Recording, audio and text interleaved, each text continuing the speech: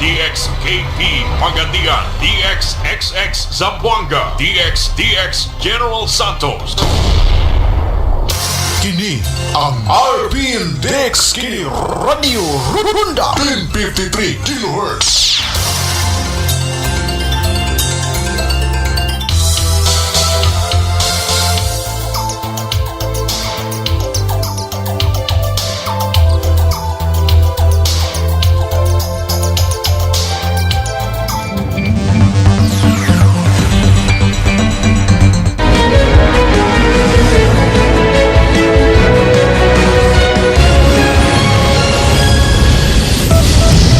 Good evening, I'm Pio Ontiveros. Welcome to Newsnight, where we go above and beyond the headlines. Tonight on the program, more establishments in Metro Manila can take in more people under alert level 2 as minors are free to travel. But health officials warn this doesn't mean letting your guard down.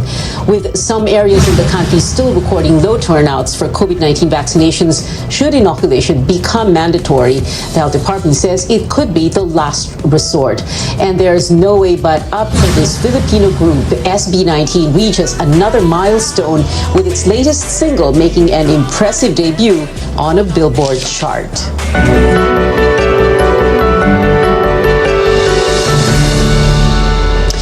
From about 21,000 cases a day at the height of the COVID-19 surge, the health department says the country is now logging an average of less than 3,000 infections daily. Although hospital beds remain occupied in other areas, a number of regions are seeing improvements, including Metro Manila. Health officials say this is why they approved a further downgrade of the alert level in the country's capital. So what do we know about alert level 2? From a 30% indoor and 50% outdoor capacity under alert level 3, establishments will now be allowed to operate at 50% indoor and 70% outdoor capacity. Indoor activities will also be allowed for those below 18 years of age, even if unvaccinated. These include dine-in services, religious gatherings, limited face-to-face classes, gyms, salons, bars, karaoke places, cinemas, concert halls, and theaters. Pinapayagan na po lumabas ang mga bata sa Metro Manila under Alert Level 2. Pwede na ang intrazonal at interzonal movement. Ang mga bata po kasi, they are the least vulnerable, no? So katulad nung sa face-to-face classes, katulad po nung pagpunta sa establishmento, as long as we do the safety protocols, mothers will protect them, they are vaccinated yung mga magulang, yun pong pagbabakuna sa mga bata, hindi po natin kailangang gawing hadlang para makapagbukas tayo ng ibang industriya. Meanwhile, still prohibited are casinos, horse racing, and cockfighting, and the operation of cockpits, lottery, and betting shops, and other gaming establishments. But as restrictions ease in Metro Manila, health officials have a warning and a reminder. Our Karen Bonkin tells us more. This restaurant in Quezon City is accepting 22 customers beginning Friday. And even if they're now serving more people, store supervisor Joey Galvez says they're keeping the same protocols in place to avoid coronavirus transmission. Lahat po ng ginamit ng customer, nag-disinfect po kami. Mga lamesa, upuan. Kapag grupo sila, hindi namin kapayagan, dikit-dikit sila eh. Sa amin po sa customer namin, lahat po dito, in-accept po namin lahat po, nakavaccinated po lahat. Restaurants are among establishments that were allowed to accept more people after the health department gave the IATF the go signal to place Metro Manila under alert level 2. Among those being considered when escalating or de-escalating an alert level are hospital bed availability, case trend, and virus attack rate. And as health officials see it, the numbers say it's safe to ease the movement of people and increase business capacity in Metro Manila. Attack rate refers to the number of people per 100,000 population getting infected daily. It should be below 7. Now Metro Manila is around 5. Healthcare use is less than 50%, and on an average, only 493 cases are recorded daily from a peak of 5,000 in September. Nakakitaan na po tayo ng mababa ang transmission ng COVID-19 at patuloy po itong bumababa. Ang NCR po may negative 2-week growth rate, but this is not artificial anymore. As more people and activities are allowed, the health department comes with a warning.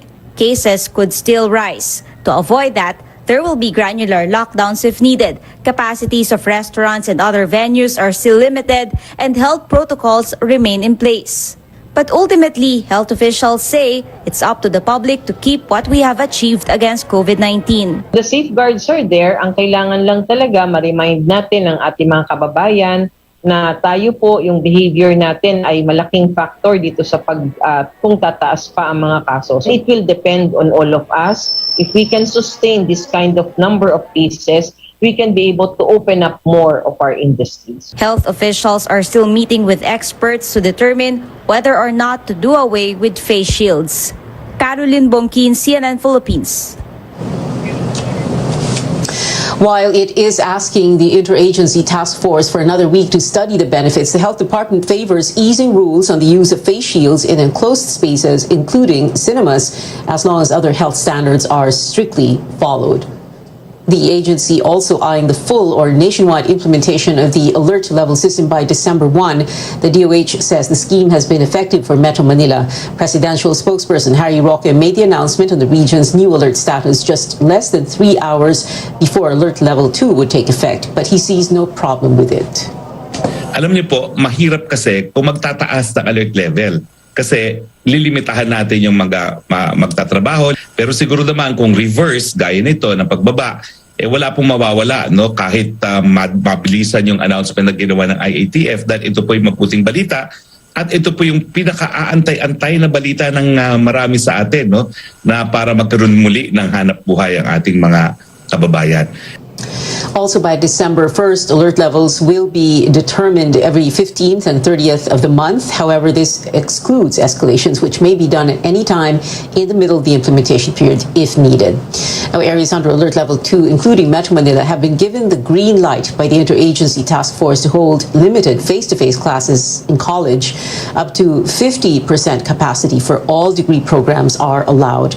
But schools have to meet the following conditions. Students and faculty are inoculated and vaccination rates must be high. The local government has given approval and facilities are retrofitted and inspected. Commission on Higher Education Chairperson Prospero de Vera tells CNN Philippines detailed guidelines will be issued next week. He also highlighted the importance of health insurance for class participants. Ang required sa guidelines ay kailangan sisiguruhin eskwelahan na registered sa PhilHealth lahat ng estudyante nila para meron tayong safety net, no? Depende sa eskwelahan, may mga ibang eskwelahan, lalo na private schools, na kumuha ng sarili nilang additional healthcare coverage. But we leave that to the school. So the minimum is really PhilHealth membership.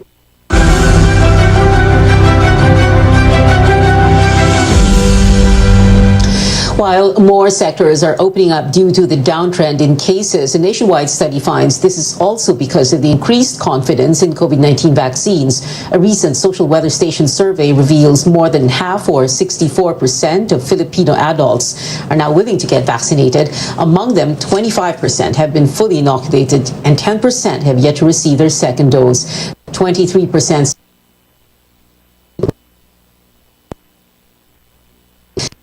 and still have doubts about getting the COVID-19 vaccine. But according to the SWS, this is a 5-point decrease from 24% in June. For 18% not willing to be immunized at all. The SWS notes the number of adults willing to get vaccinated soared by at least 9 points from 55% in June. It also doubled from 32% in May when the survey was first conducted. The latest study was done among 1,500 respondents nationwide through face-to-face interviews. Should COVID-19 vaccination be mandatory? The health department confirms this is already on the table. Health officials say hesitancy and misinformation about the vaccines hinder the inoculation drive in some sectors. The vaccination of the majority of the population is needed to achieve herd immunity. Officials admit this is not an easy process, as the Justice Department already advised them that a law for mandatory vaccination is needed.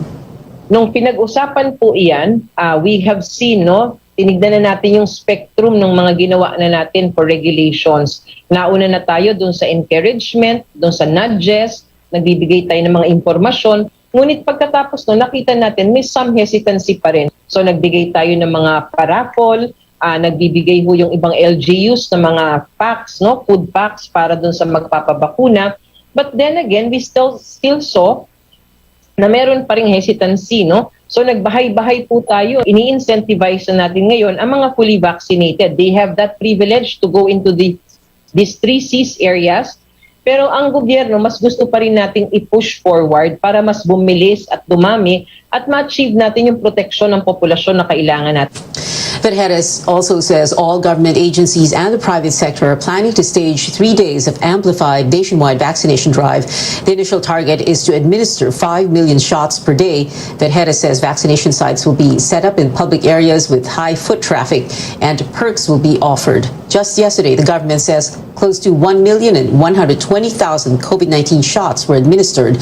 This is the highest number of vaccines administered in a day since the vaccination rollout began in March. Coming up on Newsnight, latest numbers show prices of basic goods rose slower last month, but retailers and consumers are still feeling the pinch. And the government no longer allows some health workers to work abroad for now. Details when we return. RPN Dex Skinny Radio Runda 1053 kHz. Quincentenary Faith Rewind. Ferdinand Magellan died in the hands of Dato Lapu-Lapu in the Battle of Mactan. Spanish navigator Juan Sebastian Elcano took command of the voyage, which finally reached the Spice Islands. To date, the expedition is also known as Magellan-Elcano Expedition. KBP marks 500 years of Christianity and this station. Honorable Angel Halusos Carion, Batanon, Buutan ug Malagaron, City Councilor of the Pitan City, Chairman, Committee on Tourism, Committee on Labor, Committee on Child Welfare and Development. Honorable Angel Halusos Carion, Batanon, Buutan ug Malagaron, City Councilor of the Pitan City. RPN Dex Skinny Radio Runda 1053 kHz. Juicy, ate! Nakamasarap! Kaya #1! Pa-order pa ito! Walang duda! Kids can tell #1 ang Pure Food Standard Juicy. I'll be teaching you how to make a salty dog, which is typically a vodka-based cocktail, but as a gin lover, we're changing it up to make it even better. For this, you'll need... For the tools, grab your lemon wedge and apply it on the mouth of your glass. Grab your salt and dip in the mouth of your glass to create an even layer. Grab your cocktail shaker and pour your grapefruit juice, your lime juice, and your simple syrup. Lastly, our GSM Premium Gin. We're going to fill our shaker with ice. Now, shake. Get your glass and carefully add in some ice. Pour our cocktail. Then a grapefruit wedge. And here it is, your salty dog made with GSM Premium Gin.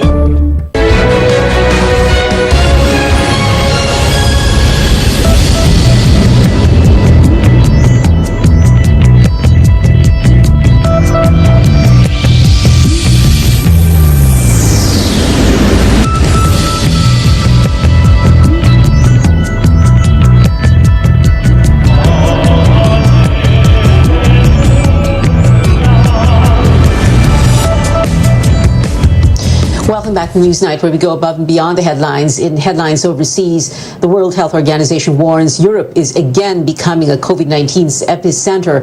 The agency says the continent is facing a potentially devastating winter that could see 500,000 people dead from COVID-19.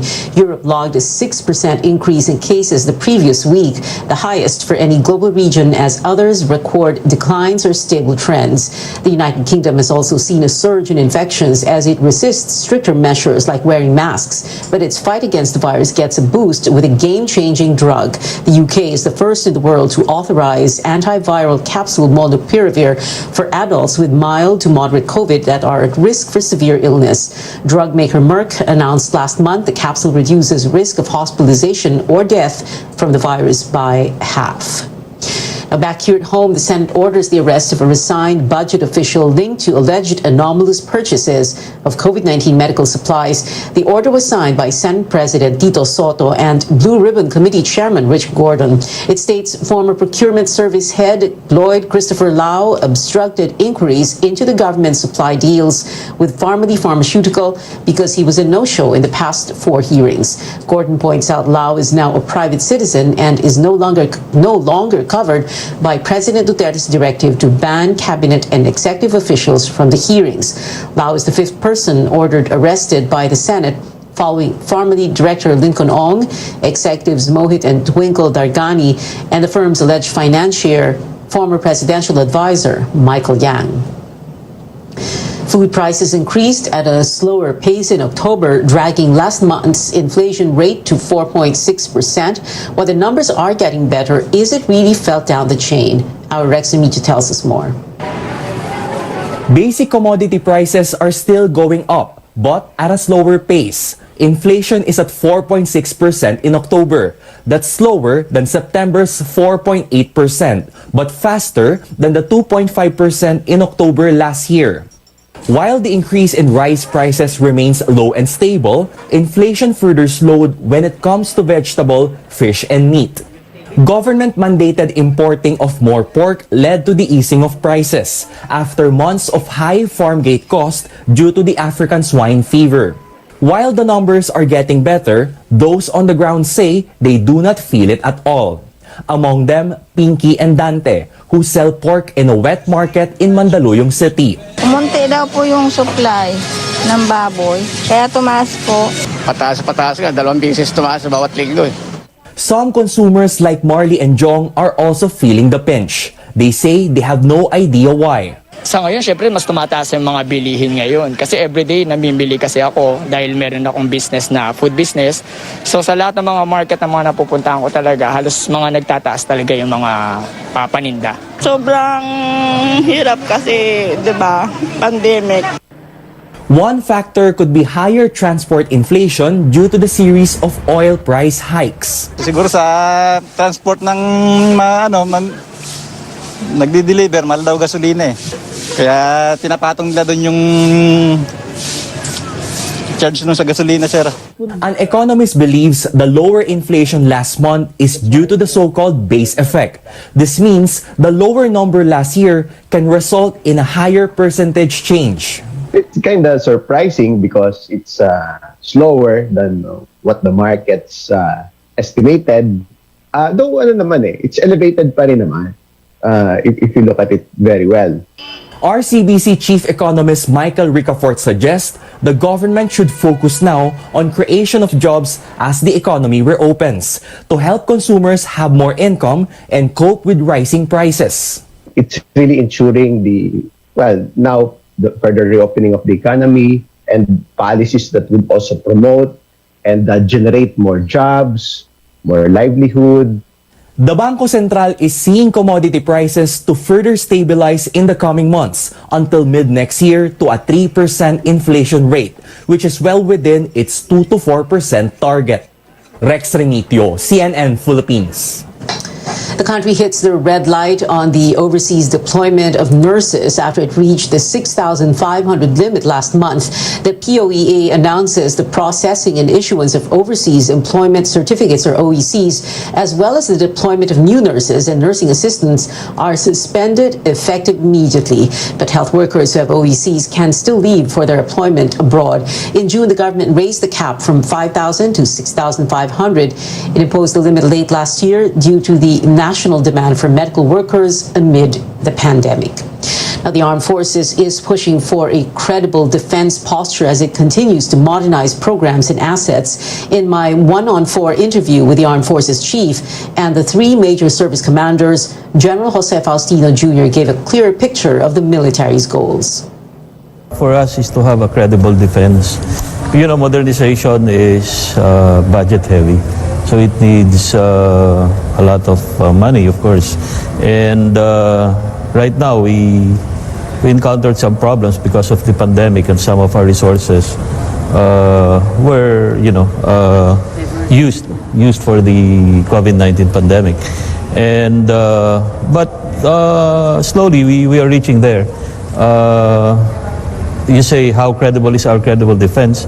Well, if you look at the list of programs and the projects that we have lined up for modernization, that is truly for credible. We will be able to reach that target of credible defense. But as I said, modernization is dependent on budget, especially now that we're going transitioning to external defense, and the Air Force and the Navy are big ticket.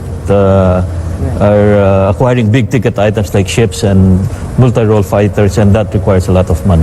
When you say credible defense, General Faustino, you talk about domination, right? Right. And I mean, in very simple words, is it, para hindi tayo kakayan-kayanin? Yeah. So we are respected? Yes, that's right. In as much as we wanted to settle things peacefully, kasi yun naman ang ating national interest dictates us na we be diplomatic and we settle things peacefully. And what we wanted really is a rules-based international order in these contested areas in the West Philippine Sea and the South China Sea. Ang sa atin lang naman is we have a credible defense na sabi nga sa pambansang awit natin Never shall. Sa manlulupig, di ka pasisiil. Never shall invaders trample our sacred shores. Sa manlulupig, di ka pasisiil. So we have to do that. Catch the premiere of that CNN Philippines special presentation, The Generals, tomorrow, Saturday, 7 p.m. Replays on Sunday, 9 a.m. and 5 p.m. Still ahead on Newsnight, meet a dog in Cavite who proves Aspins are just as lovable and intelligent as other breeds. And pop star Ariana Grande brushes up on her acting skills for a new movie. More about her latest project after the break.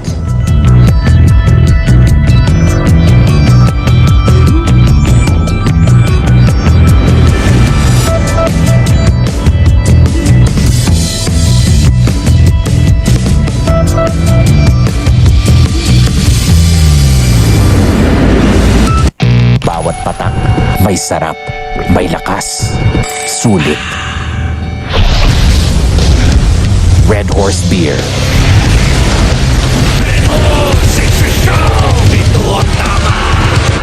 Love is all about time. Di minamadali ang pagpapasarap. Like the love in every Pure Foods ready to eat. Slow cooked and ready in 8 minutes. Para may time ka sa mga mahal mo. Because love takes time. For my babies, only vet-approved Nutri-Chunks puppies. The only one with active boost and prebiotics na pampalisto. Made with real meat with essential nutrients to help them grow strong and healthy. Happiness! Listo, ganado sa Nutri-Chunks puppies. In everything you do, make sure you choose what's true. We always follow our hearts, so true adventures come our paths. Dreams and aspirations, giving spark to all our passions. Stay true and you know what to do. And choose the bonds that are true. We choose what's true. Ooh. We choose GSM Blue. Choose what's true. Ooh. Kasama mo ang GSM Blue. Choose what's true. Choose what's true. Dahil ito ang GSM Blue. I understand that sometimes you just wish that you can punch and kick your stress away, right? We are doing an energy-packed mix of martial arts moves that will get you lean, fast, and strong. Get in the zone and let's enjoy this low-equipment cardio boxing workout. Follow the beat. You feel like dancing? Go ahead. Rise up strong, reminding you to stay home and stay fit.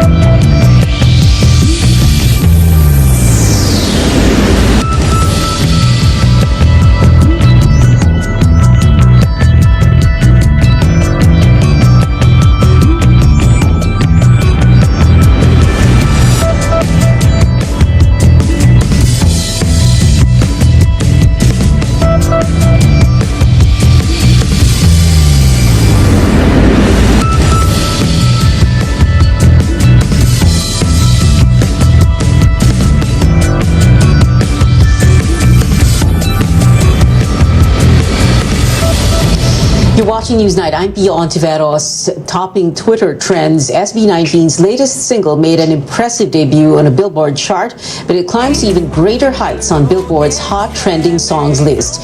Hit track Bazinga went up 9 places, ranking 3rd today. SB19 is the first Filipino group to make it to the list, which recaps the most talked about songs on Twitter globally. The track surpassed Blackpink member Lisa's record-breaking solo single and BTS's collaboration with Coldplay, My Universe. Rihanna is giving fans another way to listen to her songs, and a record player would come in handy called Reissue. The new release is a set of limited edition vinyls for all 8 of her albums. With hit songs like Umbrella and Work, these feature the Grammy-winning singer's tracks all the way back to 2005 to 2016. Vinyl and exclusive merch sets are up for pre-order on her website. Meanwhile, another musician is getting back into acting. Chart-topping singer Ariana Grande made her beginnings on Broadway. Now she's set to star in the film adaptation of one of its hit musicals. The Grammy winner was cast as Glinda in the movie Wicked. She worked alongside Cynthia Erivo, who will play Elphaba. Grande took to Instagram to express her gratitude for the role. She also posted Erivo's message that says, "The part was made for Grande." Now back here at home, a furry family that prays together stays together. Watch how these faithful Aspens win hearts as they pause to say grace right before they dig into their meals. More from Pauline Versosa. No matter how tasty his dinner looks, this dog never forgets to pray before eating. Meet Barako, a well-trained 3-year-old Aspen or mongrel from Imus, Cavite, who has captured the hearts of many with his bag of tricks. A certified dog lover, Fernando Bote Jr. has been training Barako and other pets with his own technique as early as 4 months. He says the secret to teaching is treating them like people. Yung una po, laro-laro lang muna yung kanila. Yan, parang ganito lang.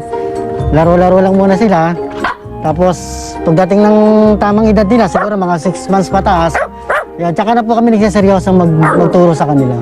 With no kids, Fernando and his wife have learned to love their pets like their own children. They share the same food, eat 3 to 4 meals a day, and even sleep next to each other at night. Bilang sa kanila nakatuon yung yung nakakapag-besin, yung sumusunod sila sa mga inuutos, o kaya sa mga talagang parang tao na rin namin trato. Kaya yun po, sa simpleng pamamaraan po, nakapagbigay po sila doon ng kasiyahan po para sa amin. Because of the pandemic, Fernando lost his job as a construction worker, which affected their family. Despite their situation, he saw it as an opportunity to spend more time teaching Barako and his siblings some new tricks. Through their growing Facebook and YouTube pages with over 5,000 followers, Barako's family hopes to inspire more people that Aspens can be smart and lovable companions too. Malaking bagay na rin po yun para sa amin, para mas tumaas pa po ng konti yung confidence ko sa sarili ko. Papakitaan lang po natin sila ng tamang pagmamahal, tamang pag-aalaga. Susuklayan naman po nila tayo ng magandang bagay din. Tulad po ng ginagawa nila ngayon. Siguro po yun lang po yung mapapayo ko sa kanila na mahalin na po talaga mahalin po natin yung lahi nilang Aspen. With the support of many, the Barako family hopes they can continue to share their unique, happy, and simple life with others. Pauline Versosa, CNN Philippines. As restrictions ease in NCR under Alert Level 2, let's keep COVID-19 away by following health protocols. Don't forget to wear your mask and face shield. Get your COVID-19 shots. Keep your windows open if possible. Maintain social distancing and keep washing your hands. Remember, vaccination, ventilation, and vigilance. It is 50 days before Christmas, and that is it for tonight. Join me again on News.ph at 7 p.m. I'm Pia Ontiveros for Newsnight, where we go above and beyond the headlines.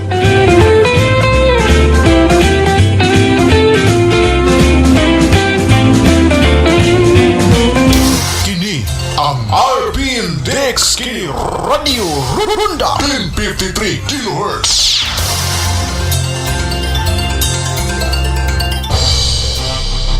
Quincentenary Faith Rewind.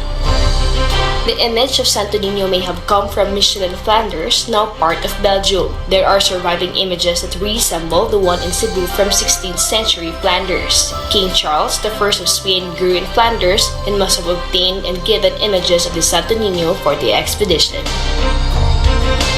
KBP marks 500 years of Christianity and this station.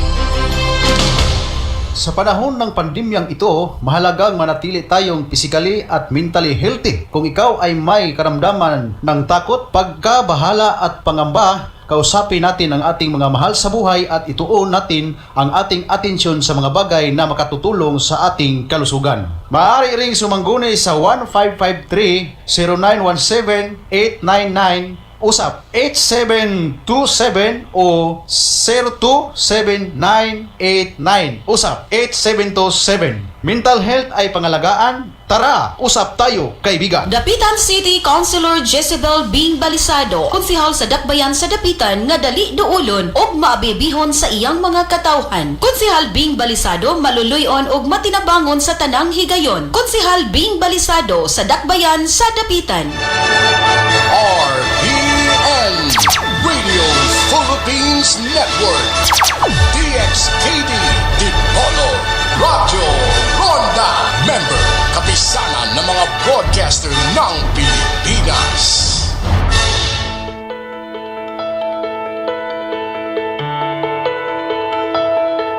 This pandemic has turned our lives upside down, and children are not spared. Between online learning and canceled playdates, the routines are anything but routine. Staying at home may keep them away from COVID-19, but that doesn't mean it's totally risk-free. There are also instances in which children can face some health risks, especially when they're unsupervised. Children are most especially vulnerable to airway obstructions. Anything from coins, small toys, food particles, and other small items at home may cause this. And the result is breathing or airway compromise, choking, and the worst case, of course, is accidental death. I'm Dr. Freddy Gomez, and welcome to MedTalk Health Talk on CNN Philippines. We're here to build a healthier future for you.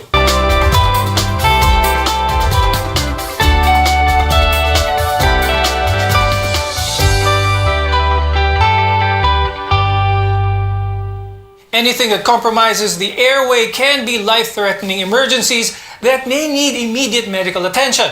And knowing how to prevent this can spell the difference between life and death. To help us with today's discussion, let's welcome our guests who are both pediatric ENT specialists. Joining us is Dr. Adonis Jurado.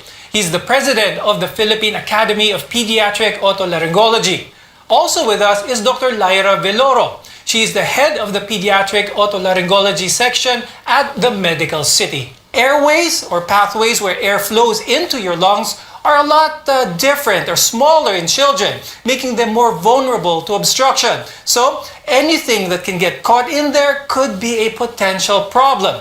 And knowing and understanding how the body works can help you recognize, prevent, and even respond to a choking emergency. Dr. Jurado, I'd like to start. Let's take a quick anatomy lesson kung bakit ang mga bata ang more vulnerable to airway obstructions as opposed to adults. Siyempre, we know that the children are physically smaller, but let's talk about where these obstructions can happen in a child. More often than not, because these are food particles, and the most common food that causes obstruction actually are peanuts, because the child don't have second molars and therefore they have poor grinding abilities. So the tendency is for the nuts to be swallowed whole or aspirated whole, and this can obstruct either the left main bronchus or the right main bronchus. Rarely does it obstruct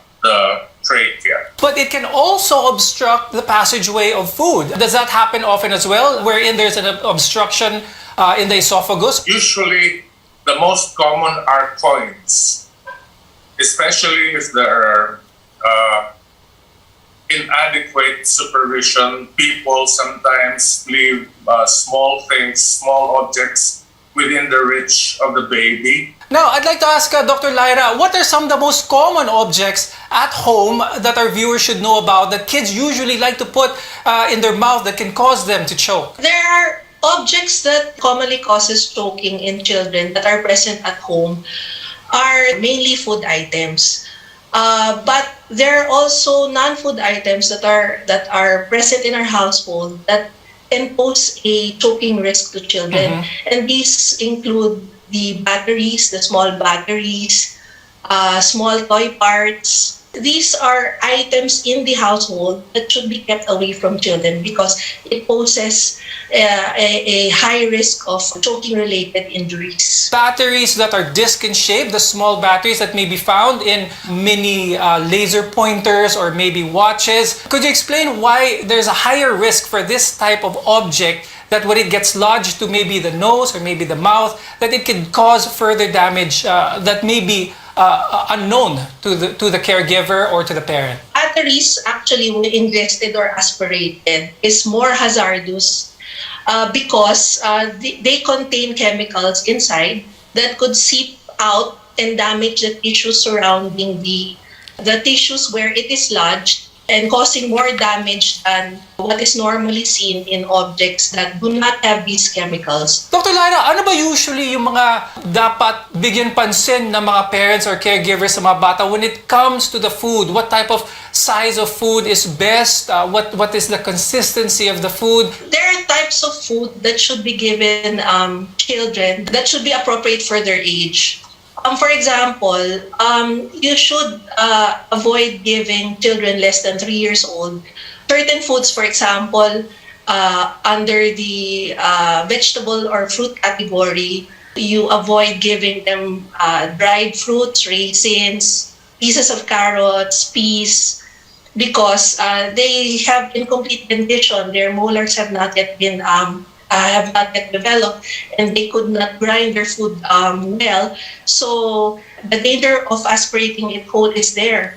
Now, Dr. Horado, speaking of food, when it comes to the studies kung kailan nag-choke ang isang child or pag may nag-aspirate, it's during kapag sila ay kumakain at naglalaro or gumagalaw at the same time. Could you talk more about this? Based on our experience is we have a lot of what we call unsupervised feeding.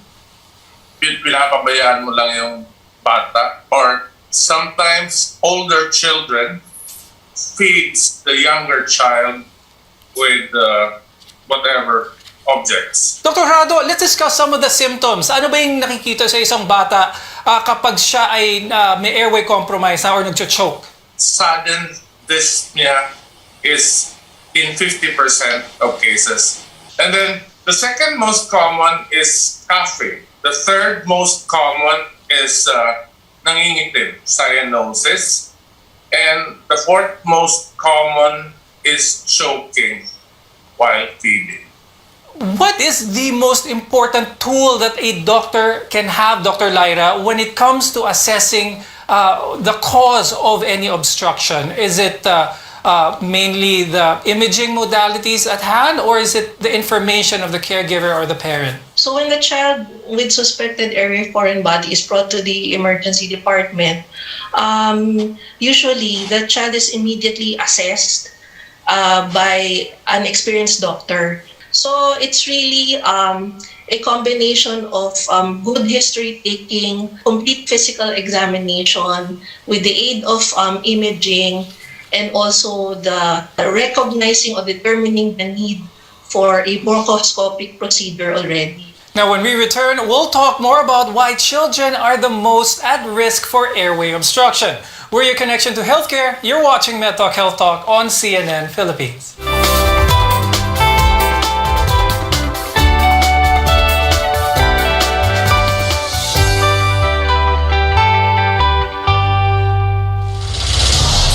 DXKD 1053 kHz.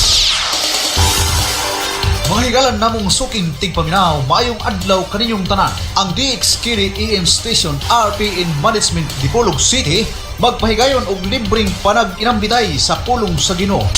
Dialogo sa kamaturan. Among giawag tanang magawali sa naklain-laing relihiyon sa pagtambong ning maong programa. Dialogo sa kamaturan. Aron mapabati sa tanang katawhan ang inyong matag baruganan, sumala sa kamaturan alang sa hingpit nga kaluwasan ug kinabuhing walay katapusan.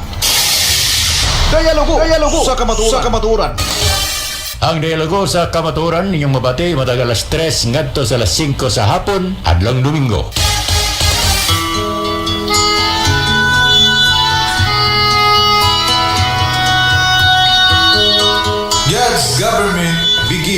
yours.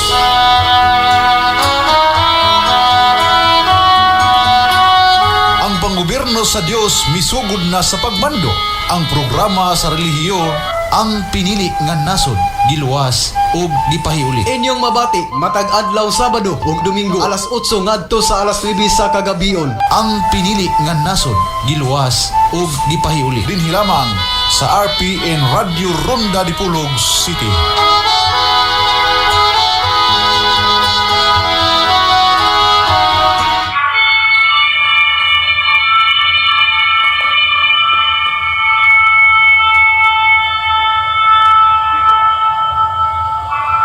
Tingog sa kaluwasan. Inyong mabati sa alas 6 ngadto sa alas 7 sa gabi sa matag adlawng Sabado dinhi sa RPN DXTV Radyo Ronda Dipolog. Alas 6 ngadto sa alas 7 sa gabi. Tingog sa kaluwasan. DXTV 1053 kHz.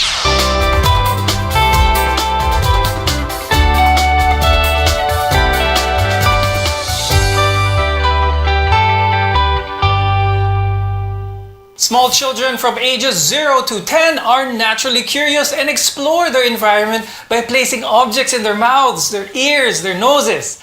I'm Dr. Freddy Gomez and you're watching MedTalk Health Talk on CNN Philippines. Dr. Lyra, what are some of the factors involved here aside from unsupervised children? What are some of the factors that increase the likelihood of a child having a choking episode or airway compromise? So it's very different in children because anatomically, the airway is already small and narrow. So if you add to it an obstructive condition, whether inflammation or a foreign object, then the risk is higher for children. Dr. Jurado, from breathing difficulty to choking, how much time do we really have to make sure this obstruction is out of the way? Whether it's a complete obstruction or partial obstruction. But we're talking about partial obstruction.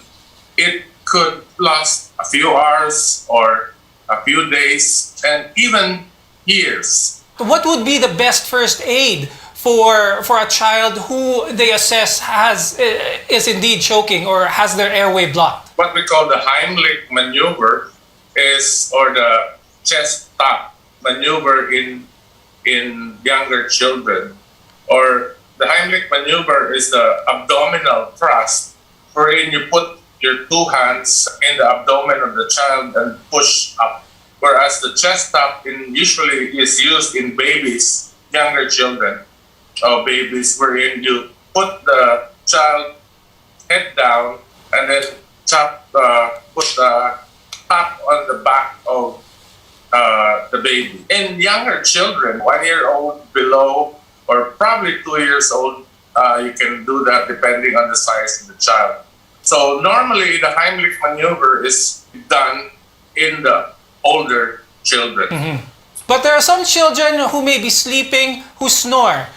Maybe the parent or the guardian will be able to hear this. Would this be a cause for concern? Would they think that this would be a blockage? How would they be able to assess if the obstruction is something of an emergency or something that is physiologic with a child?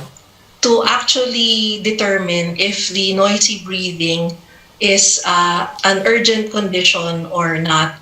So my advice would be, in children with noisy breathing, they should bring that child to the doctor for assessment, because that's the only way they could be reassured that if it is a non-life-threatening condition, then they can be reassured as long as the patient is already seen by the doctor. When it comes to foreign body sa ear, mahilig din ng bata maglagay ng mga bagay-bagay sa loob ng tenga nila. Are there certain symptoms that a parent or guardian will be able to pick up on, thinking that there is a foreign body in the child's ear?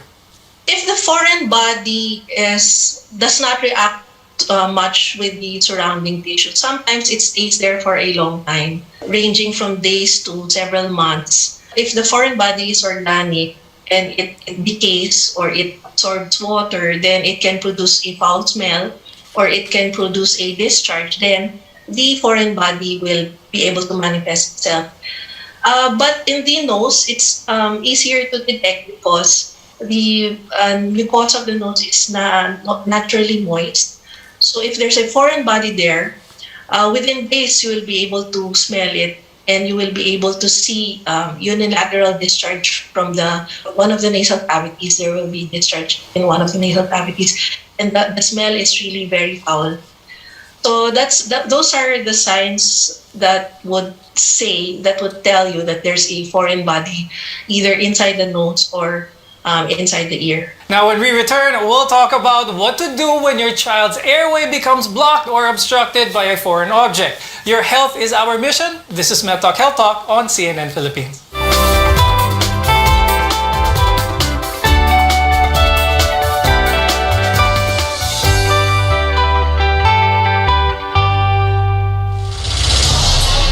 Next KD 1053 kilohertz.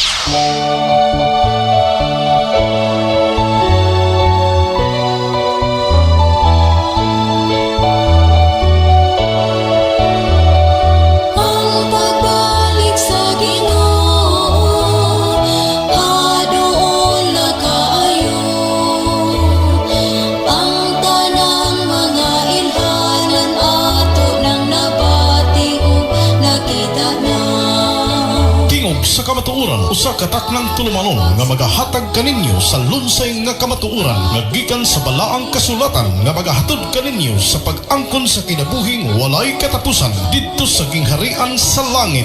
Kining ubos ninyong igsuo Brother Mitchell Bindilio makig-uban kaninyo sulod sa usa ka taknang tulumanon. Paminawa, tingog sa kamaturan uban ni Brother Pastor Mitchell Bindilio dinhi lamang sa RPN DXKD. Inyong mabati matag adlaw Sabado ug Domingo alas 7 ngadto sa alas 8 sa gabi. Tingog sa kamaturan.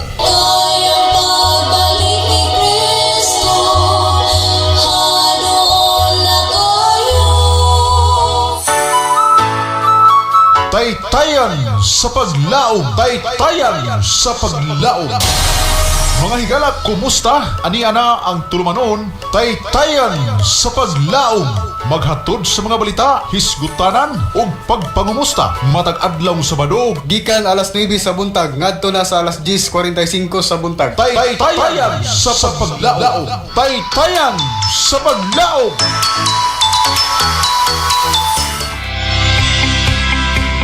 Katungod sa publiko nga masayod sa tinuod nga paghitabo sa palibot may kalabot na ang pagpadagan sa mga buhatang lokal ug nasyonal. Masayod sa gihimo sa mga gitahasan nga magdumala sa rinda sa atong mga gamanan. Tungod nini nataw kining tulumanon.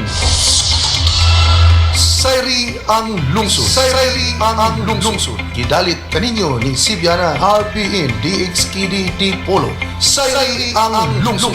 Dinhi inyong madungog ang paghimay sa mga nag-unang isyu o gisgutan may kalabot na sa katilingban.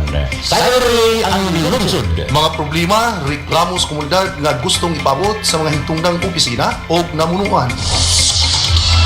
Sayri ang lungsod. Inyong madungog dinhi lamang sa inyong gisaligang RPN BXKD Radio Runda Dipolog 1053 sa dial sa inyong mga radio. Sayri ang lungsod. Makita usab sa inyong official Facebook page sa RPN DXKD Dipolog, YouTube ug Twitter. Please subscribe, like, share and follow.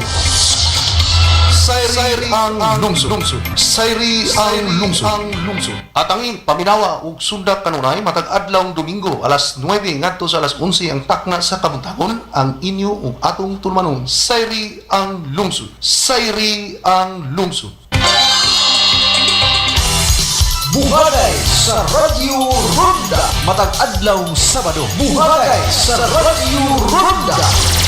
Ang buhagay sa Radio Ronda inyo nang mabati matag Sabado sa may alas 6 ngadto na sa alas 9 sa buntag.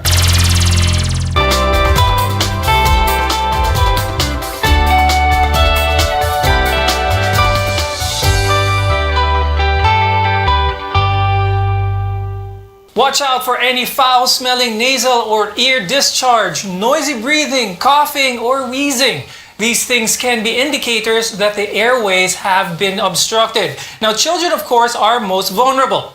I'm Dr. Freddy Gomez, and you're watching MedTalk Health Talk on CNN Philippines, where your care always comes first. Dr. Jurado, aside from the Heimlich maneuver and back blows, what procedures are best done when the child is being treated? At home, those are the only maneuvers that I know that can be performed by the caregiver or the parents. But the most important is that they should seek immediate treatment when those symptoms appear.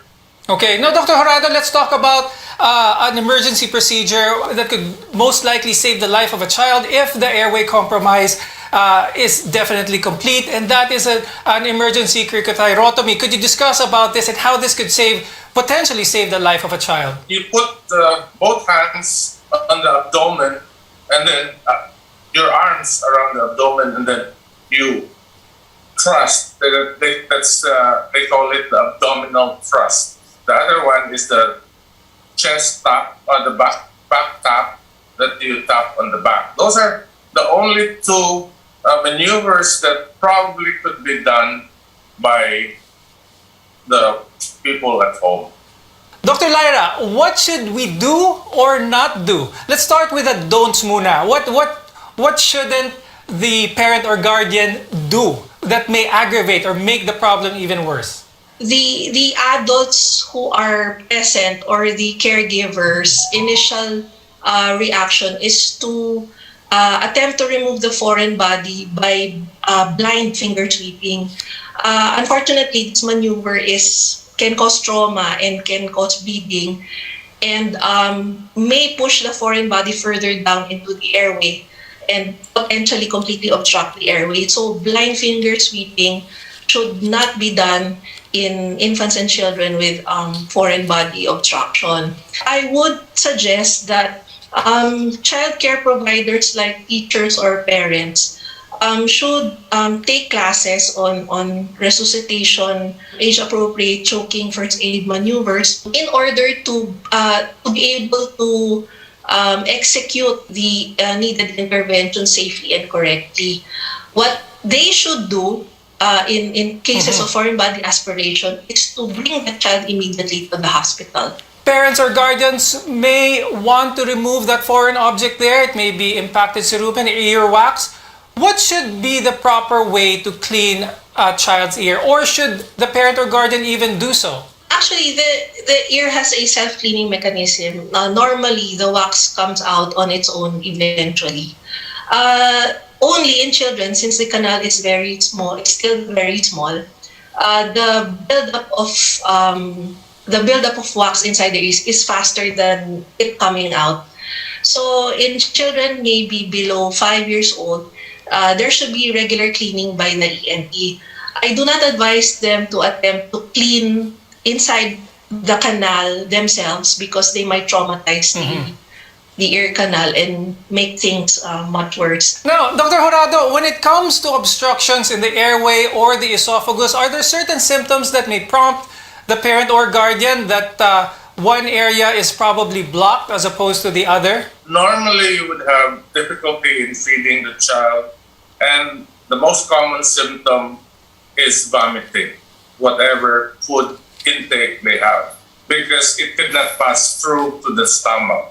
And normally, the blockage of the esophagus is usually in the upper esophagus. Now, Dr. Jurado, kapag natinik ang isang bata, kumain ng isda na may tinik, na may fishbone, what is the proper way, or what is the proper thing for the parent or the guardian to do? Normally, I think you should be feeding the child with a fillet, or the chicken probably should be devoid of bone in young children. You would advise seeing a doctor immediately and not try and dislodge any fish bone or chicken bone with swallowing bananas, drinking lots of water. Proceed right away to the emergency department. Tendency is probably Kung nakatusok na siya, baka lalo pang mabaon. So, I think it's better to seek professional help rather than do those things. Okay, so you heard it from the experts. To our viewers, do not try and dislodge that fish bone or chicken bone by eating more food, for that matter. Thank you, pediatric ENT specialists Dr. Adonis Jurado and Dr. Lyra Veloro, for sharing your expertise with us. It was really good speaking to you both. We want to be your partner for a lifetime of good health. I'm Dr. Freddy Gomez, and this is MedTalk Health Talk on CNN Philippines.